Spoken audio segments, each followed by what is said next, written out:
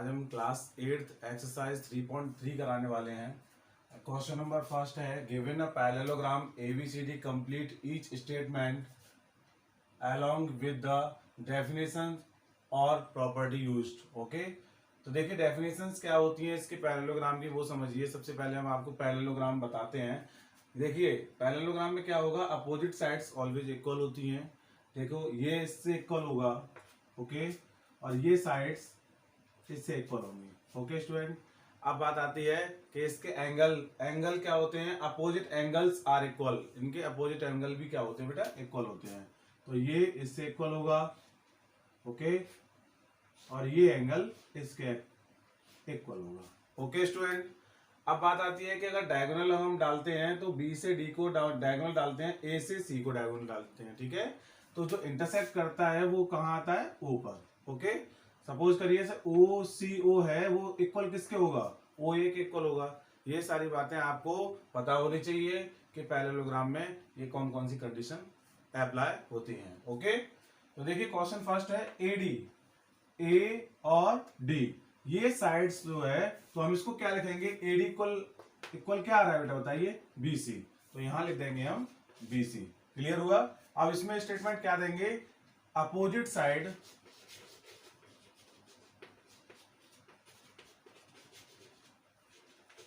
Are equal in parallelogram. क्या लिखेंगे बेटा, A B C D. Okay, इसी तरीके से angle D C B, angle D C और बी यानी ये वाला एंगल, तो हम क्या लिखेंगे, अपोजिट एंगल्स आर इक्वल होते हैं। तो डी सी बी जो होगा वो डी ए बी के इक्वल होगा। तो यहां लिखेंगे डी ए बी। जहां अपोजिट साइड लिया था, अब हम लिखेंगे यहां अपोजिट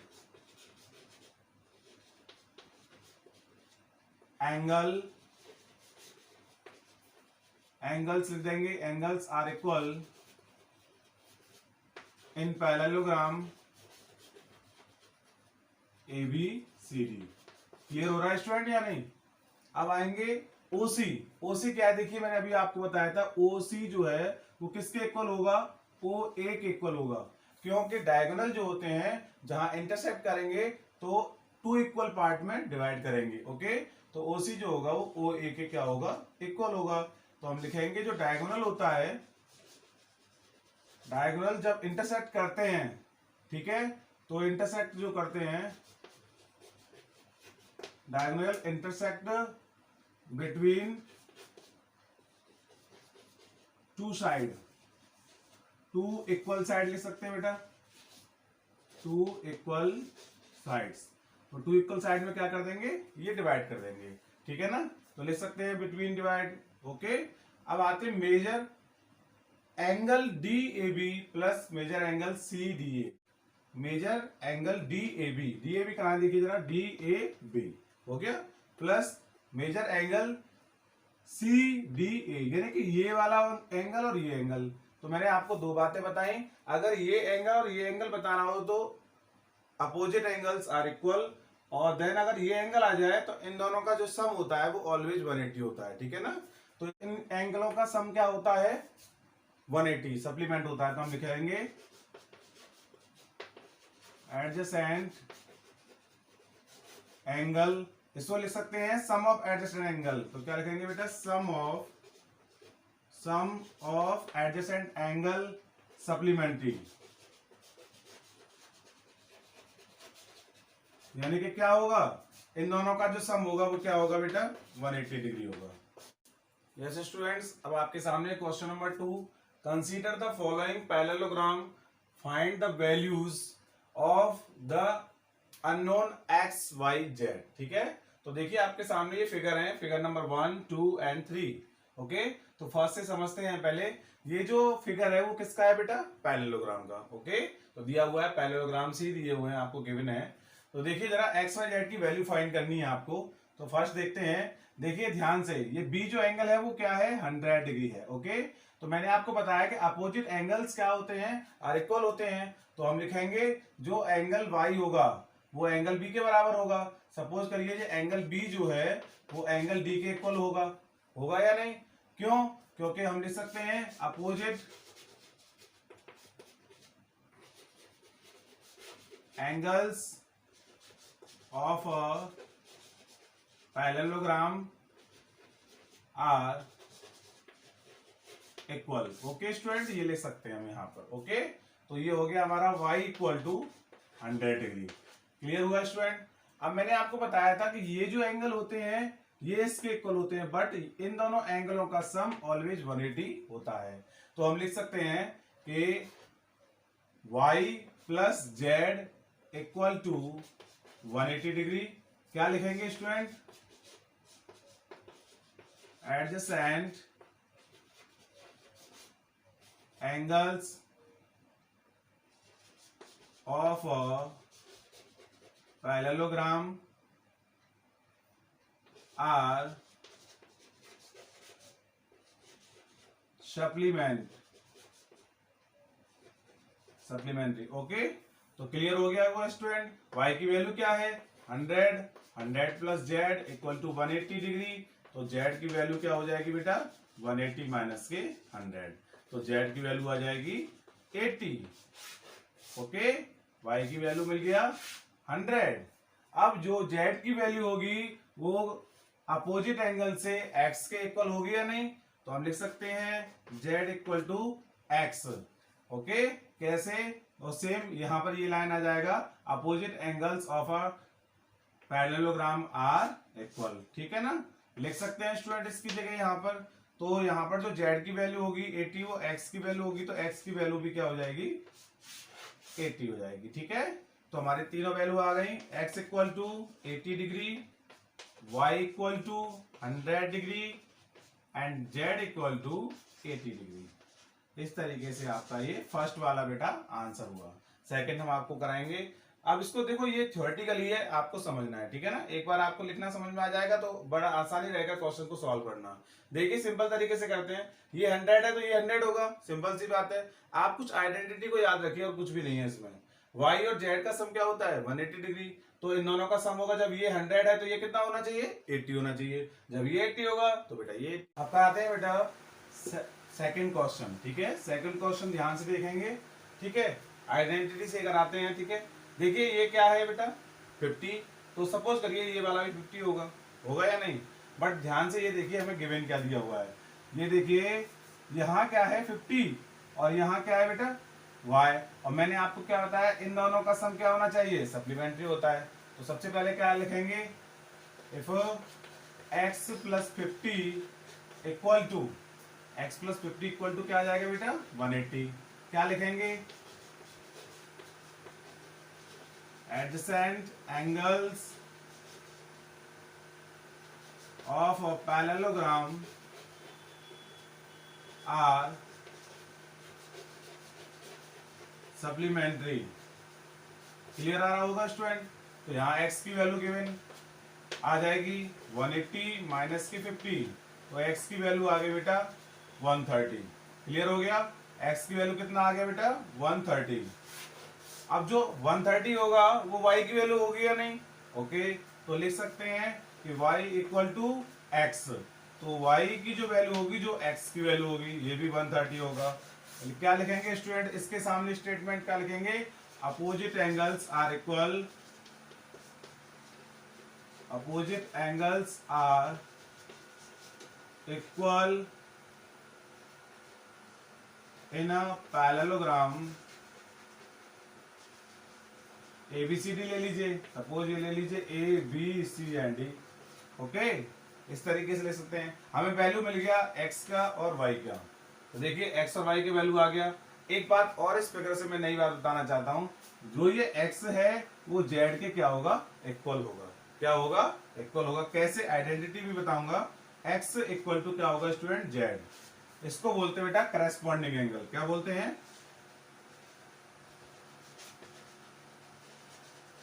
करस्पॉन्डिंग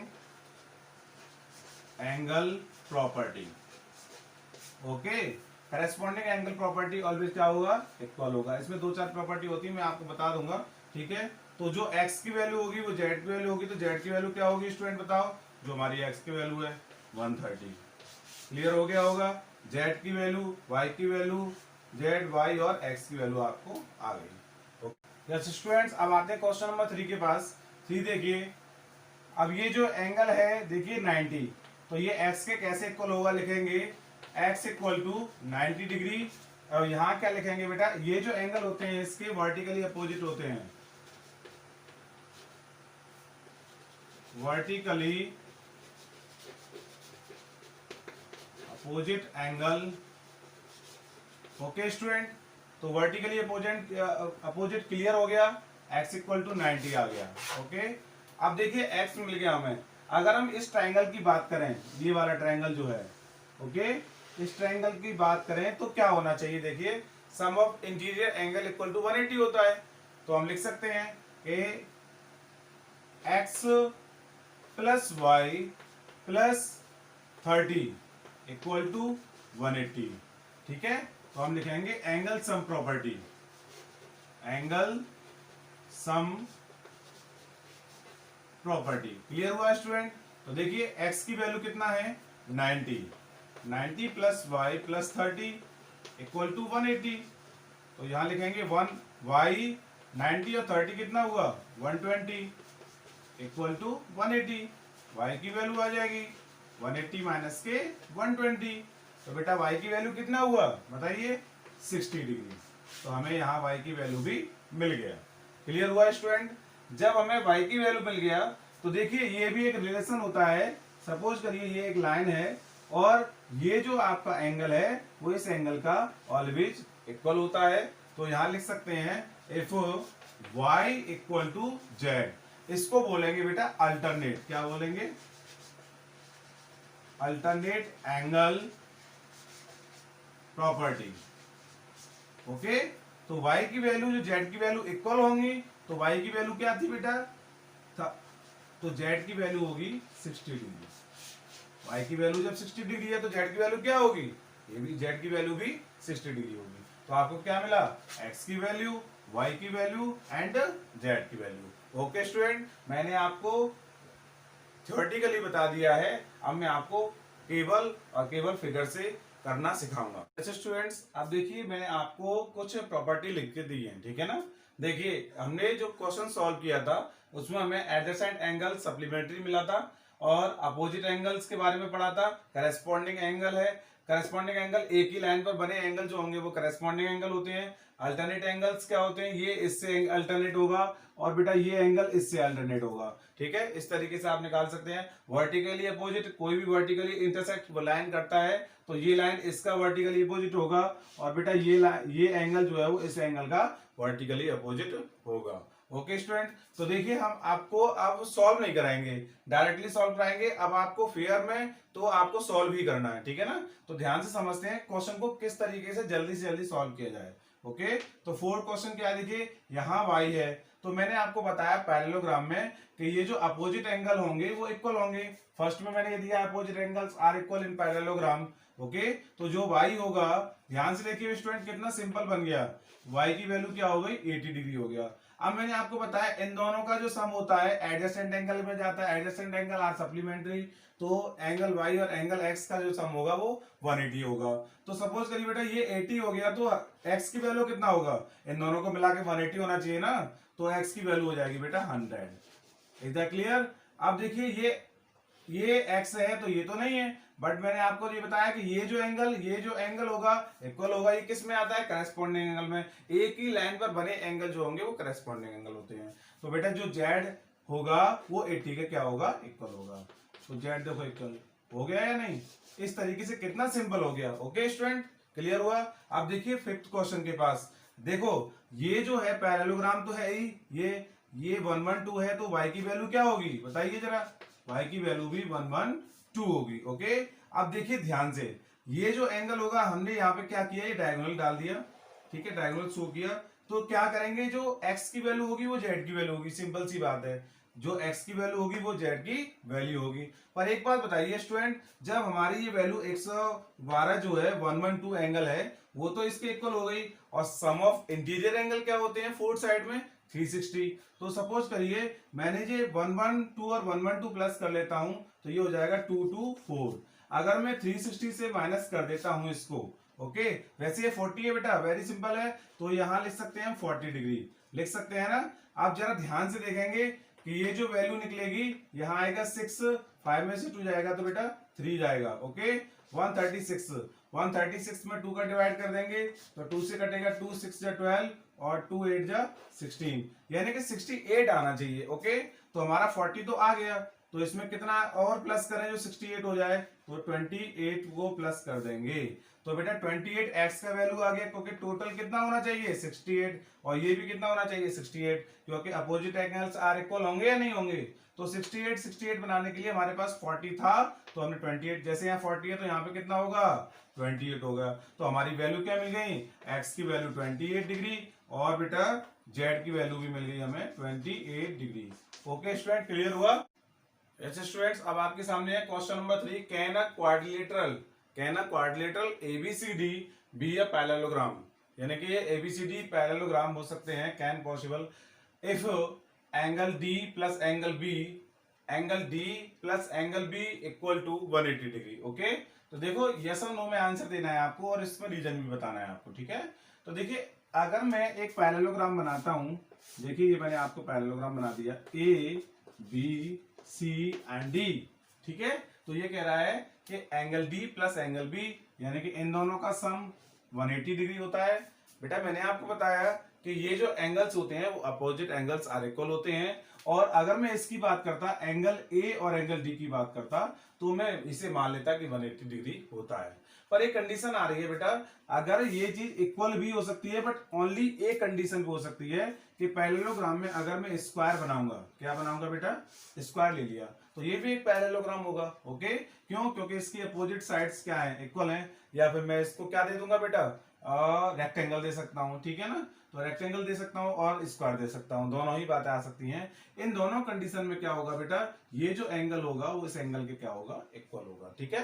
तो कैन पॉसिबल है किसके लिए, स्क्वायर के लिए, इज अ पैरेललोग्राम, बट इसके लिए पॉसिबल नहीं है, ठीक है स्टूडेंट्स। तो हम लिख सकते हैं कि एंगल बी जो होता है वो एंगल डी के इक्वल भी हो सकता है और इन दोनों का सम 180 डिग्री हो सकता है। इक्वल कब होगा, ध्यान रखिए, जब हमारा 90 डिग्री होगा, ये भी 90 और ये भी 90, तब जाकर के कंडीशन जो अप्लाई होगी वो ये होगी, angle D plus angle B equal to 180 degree. Okay students, clear हुआ।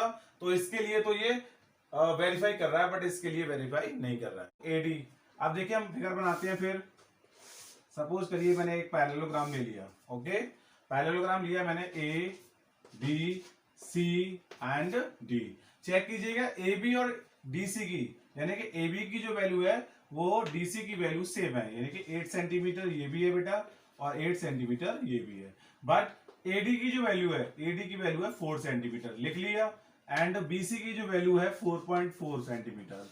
तो बेटा क्या ये पॉसिबल है, ये पैरेललोग्राम होगा, ठीक है, नहीं होगा। क्यों, क्योंकि मैंने आपको बताया कि ये साइड से साइड के इक्वल है बट ये साइड इस साइड के इक्वल नहीं है। तो लिख सकते हैं AD is not equal to BC side, okay. इसीलिए क्योंकि यहाँ 4 सेंटीमीटर है, यहाँ 4.4 सेंटीमीटर है, तो ये इसके इक्वल नहीं होगा, तो यह पैरेललोग्राम पॉसिबल नहीं है।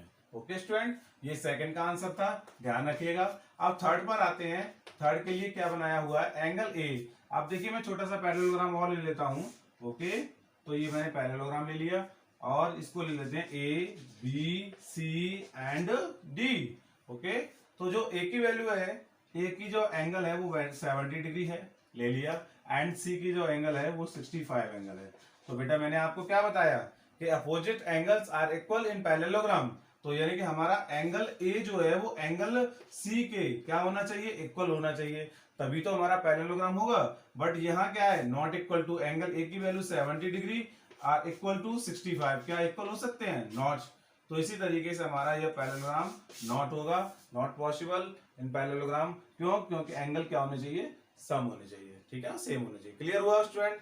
तो आपको पैरेललोग्राम की कंडीशन फुलफिल हो गई होंगी, कोई प्रॉब्लम नहीं है। इस तरीके से क्वेश्चन थर्ड